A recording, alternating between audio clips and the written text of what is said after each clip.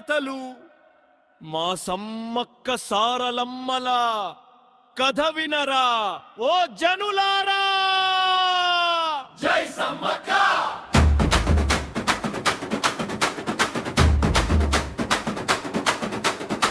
జై సమ్మక్క జై సరళమ్మ. జై సమ్మక్క జై సరళమ్మ. జై సమ్మక్క జై సరళమ్మ. జై సమ్మక్క జై సరళమ్మ. అడవి బిడ్డల కథల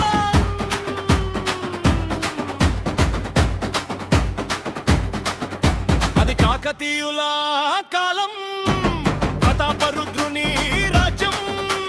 కరువు వచ్చింది, వానలు పడలే, పంటలు పండలే, కంచికి గతిలే. అప్పుడు ఆ రాజులు ఏం చేసిండ్రు సామి? పన్ను కట్టమన్నారు, పణం ఇయ్యమన్నారు. మామేడ రాజు కట్టను అన్నాడు. మా గిరిజన బిడ్డలు తిరగబడదామన్నారు. దుందుపి మోగెను, రామ రామ యుద్ధం మొదలాగే. రామ రామ కత్తులు దూసిండ్రు, రామ రామ బాణాలు ఎసిండ్రు. రామ రామ. ఏస్కో లరా ఏస్కో. సంపెంగ వాగుకాడ యుద్ధం జరిగింది. లక్షల మంది సైన్యం. వందల మంది గిరిజనులు. మన జంపన్న ఏమయ్యాడు సామి?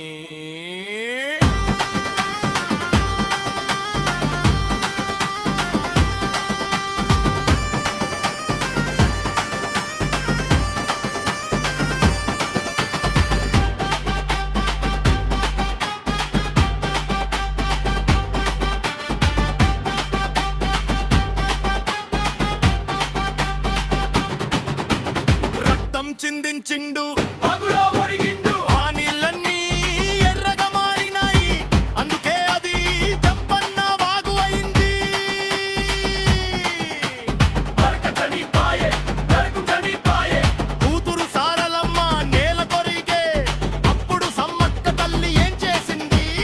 ఏం చేసింది? రౌద్రం వచ్చింది, కత్తి పట్టింది. కాకతీయ సైన్యాన్ని. ఎందరింది. చివరకు కాయాల పాలె చిలకల గుట్ట వైపు ఎక్కువ వెళ్ళిపోయింది. వెతుక్కుంటూ పోతే అక్కడ ఏం దొరికింది? ఒక పుట్ట, ఒక కుంకుమ భరినే. మనిషి రూపం పోయి శక్తిగా మారింది. జై సమ్మక్క జై సరళమ్మ. జై సమ్మక్క జై సరళమ్మ. మేడారం గద్దెలు మనకి దిక్కు.